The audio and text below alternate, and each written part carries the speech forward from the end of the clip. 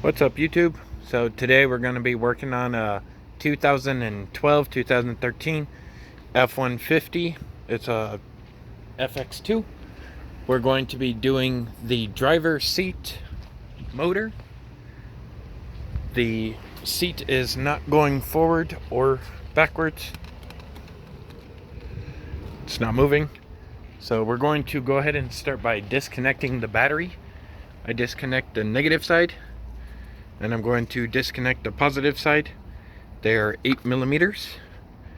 After you have removed the battery terminals, you're going to go into the back of the driver's seat. You're going to get a pick or a small flathead screwdriver, wedge it down and pry up, and try not to scratch anything. And you're going to have two. You're going to have one here and one here. And then on the front, we'll see.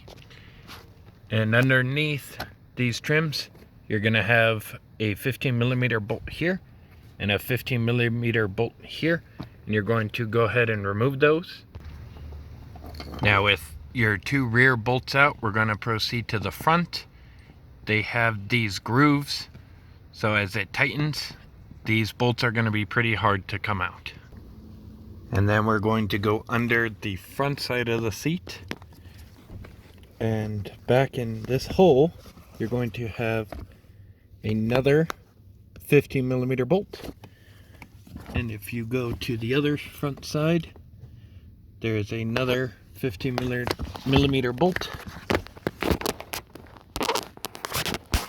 down here, and you're going to go ahead and remove those.